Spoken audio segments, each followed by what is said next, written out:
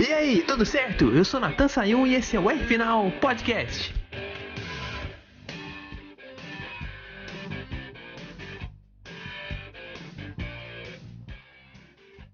Sobre a Fórmula E em Mônaco, eu tenho que falar uma coisa: a justiça está sendo feita. Não vou falar que já está feita, só porque o Nick Cassidy finalmente conseguiu assumir a liderança da temporada, mas está sendo feita porque o Mitch Evans está quase lá para assumir o terceiro lugar na tabela. Tá só 2 pontos atrás do Jake Dennis. Aí você vai falar: poxa, Nathan, você é um baita de um torcedor da Jaguar. Cara, realmente eu não sou. Eu sou fã dos melhores pilotos da temporada, do cara que pilota bonito e merece estar na ponta. Lá em 2021, quando o Verstappen disputava contra o Hamilton, apesar de ser um grande fã do Hamilton, eu torci pro Verstappen ganhar aquele ano, porque tava pilotando tão bem quanto o piloto inglês, tava pilotando de igual para igual, com um carro menor, um carro que rendia menos. No GP de Portugal teve briga de igual para igual dele com o Hamilton, no GP da Espanha também, no GP de São Paulo, aquela que o Hamilton foi maluco, cumprindo 2 punições em 2 dias, o Verstappen brigou para segurar ele. E na Fórmula E é a mesma coisa. Estou torcendo para os carros com motor Jaguar, ou no caso do Mitch Evans, o carro da Jaguar mesmo, porque são os melhores da temporada. Vamos pegar aqui que o Cassidy foi pódio 3 vezes em 4 corridas antes de conseguir a vitória na 5ª vez. Ele foi segundo na Índia, terceiro na África do Sul, segundo em São Paulo, só na Alemanha, lá na primeira corrida, que ele conseguiu um 5º lugar apenas. E aí conseguiu a vitória na segunda corrida, que também foi na Alemanha, que era uma corrida de rodada dupla. Era um fim de semana de rodada dupla. Então ele assumiu a liderança agora em Mônaco. Não foi um mau negócio, principalmente da corrida que ele fez largando de nono para conquistar a vitória, fazendo mais uma daquelas manobras incríveis, né? Na Alemanha, ele foi, como eu falei já no meu Instagram e falei no High Speed, ele foi de sexto para terceiro em uma manobra só e depois partiu para ganhar a corrida. Agora, só saindo de nono, não satisfeito apenas com isso, teve uma hora lá que ele foi de 8º para 6º, passando o Mitch Evans e o Jake Dennis por fora na descida para a curva Lotus. Ele só não conseguiu fazer a mesma coisa que fez em Berlim porque a curva não era tão larga.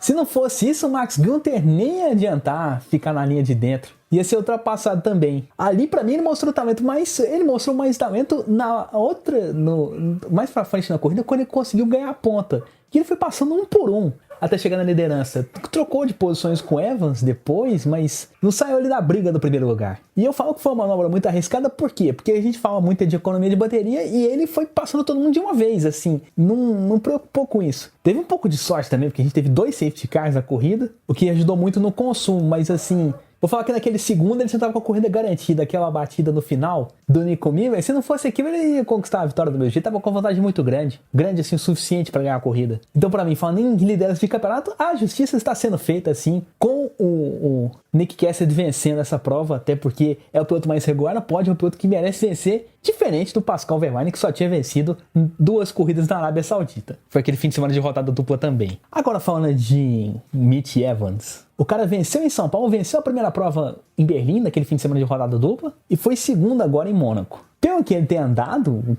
também é questão de tempo para assumir o terceiro lugar. O Jake Dennis, a gente fala tanto que ele era agressivo lá no começo do ano, realmente brigou com venceu a primeira corrida no México, apertou o Wehrlein naquela corrida numa das coisas da Arábia Saudita, mas em consenso foi que o Dennis estava um pouco sumido em relação a isso. Para quem esperava, que a gente que esperava o Jake Dennis vencendo mais no ano, vencer só aquela do México foi muito pouco. Agora que ele conquistou o terceiro lugar em Mônaco, foi um resultado bom, mas eu acho que nem tanto. Vai ter que ralar um pouco mais para conquistar essa confiança minha para ser um favorito do título, para voltar a ser um favorito ao título. Ele começou sendo, para mim, que estava andando bem nas 2 primeiras provas, mas tá difícil agora acreditar no Dennis. E agora, falando de desenvolvimento dos carros, a gente viu ali a geração 3 da Fórmula E finalmente rasgando as ruas de Mônaco, no circuito completo, aliás, né? Sem ser uma versão adaptada. E agora com um carro mais potente, essa geração chegando para puxar mais uma futura geração de carros da Fórmula E, mais daqui a alguns anos, será que algum dia a gente vai poder sonhar com a corrida de Fórmula E num circuito maior, num circuito não adaptado, assim como o circuito de Mônaco, que teve o traçado completo, igual na Fórmula 1, igual o traçado da Fórmula 1? Foi essa pergunta que eu fiz para o meu amigo engenheiro. Vamos ver o que ele disse nessa semana. Ô, Ricardo Arcuri, chega aí, rapaz.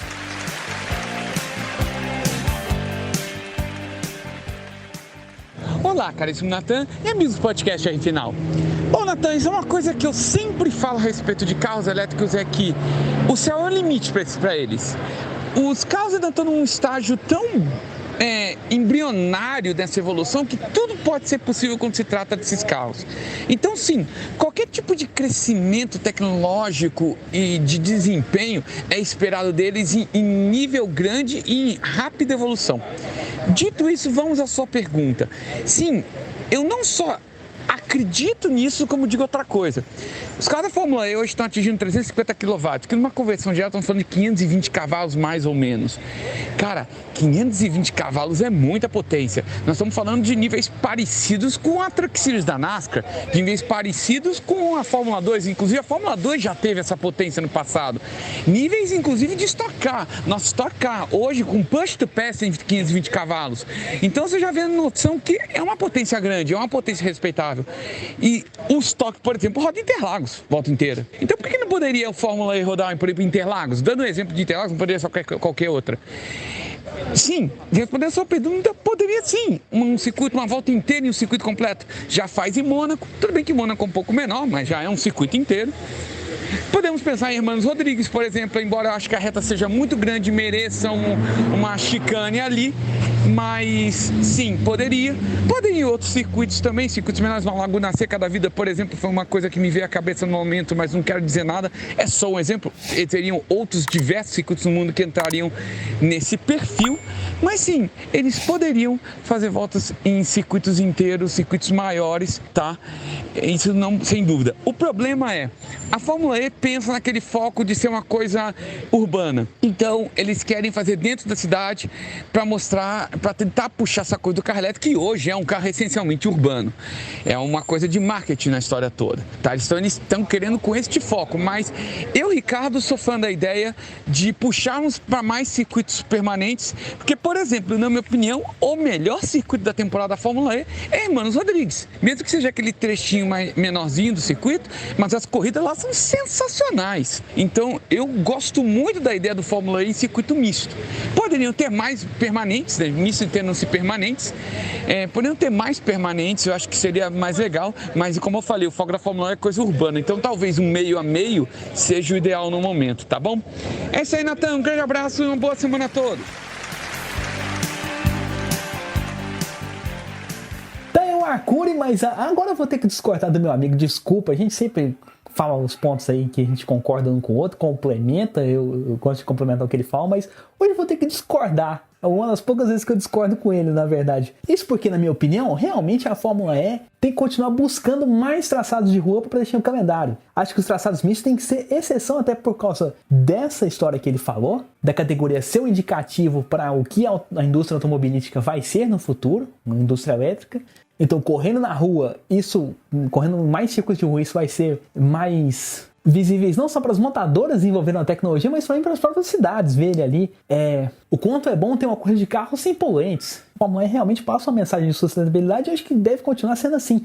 E ainda um ponto a mais, vou colocar aqui, com o desenvolvimento da categoria, a gente vê a velocidade dos carros, as montadoras verem, e o público também vê que um carro elétrico é tão rápido quanto um carro a gasolina. E realmente para acontecer isso, as categorias a Fórmula E tem que ir mais para a rua. Deixar os circuitos de permanência para exceção, vamos dizer assim, só acho que o único circuito que eu gostaria que ficasse é o circuito do México. Mas para mim, eu acho que eles têm que pensar para ontem em fazer os circuitos maiores em termos de traçado. Ser aquelas adaptações que a gente via na primeira temporada. Em Mônaco, a volta era 50 segundos porque eles não faziam o traçado todo. Eles entravam numa vielinha ali que saía lá na chicane do Porto. Long Beach era a mesma coisa. Tinha uma via alternativa que cortava o circuito. E isso sempre acabou com a minha alegria assistir Fórmula E nas primeiras temporadas. Tipo, nossa, toda vez que tem carro elétrico tem que adaptar a pista. E agora com essas gerações, desde a segunda geração, a gente via que realmente a história estava evoluindo. A categoria estava andando para frente. E eu gostaria que continuasse andando para frente. Não estou falando de fazer a reta inteira de Baku com aquele carro, mas vamos pensar em circuitos maiores, do tipo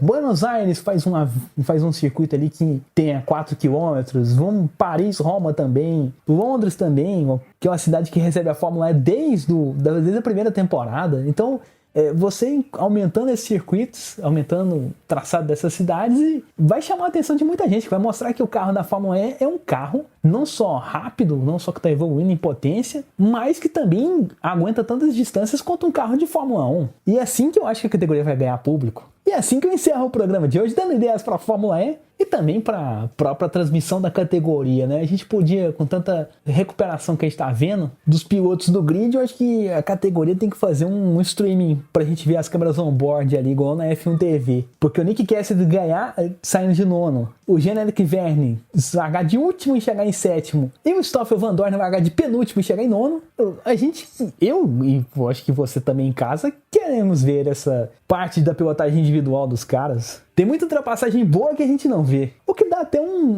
para um podcast futuro aí, falar sobre a evolução das transmissões de corridas ao longo do ano. A gente já falou da evolução dos carros, mas falar aí das câmeras on-board, da evolução das câmeras on-board, por exemplo, é um bom assunto pra gente conversar. Fica a dica aí para um próximo R Final. Por hoje eu vou terminando por aqui, mas você que acompanha a gente não pode perder o Portal High Speed. Essa semana teve o GP de Miami e a gente vai estar falando lá tudo o que aconteceu de melhor naquela corrida no programa After Race, que rolou no domingo à noite. E também, você quer ver um bate-papo de mais categorias, vê lá o Alucinados por Velocidade, também do Portal High Speed, toda terça-feira às 8 horas da noite. Que a gente fala de várias categorias por lá, não só Fórmula 1 e Fórmula E, categorias nacionais também. Fica ligado nessa, acessa lá High Speed TV no YouTube, como também nas redes sociais, como também acessa as redes sociais deles. Portal High Speed no Instagram, Portal High Speed no Spotify e no Deezer, para você ouvir os conteúdos em áudio. Fica ligado lá, e também não esquece de seguir o meu Instagram, @NatanRFinal, para ver os posts de automobilismo que eu posto por lá. Tem muita coisa boa sobre os destaques da semana que eu tô pondo lá, então acessa lá NatanRFinal, Natan com TH,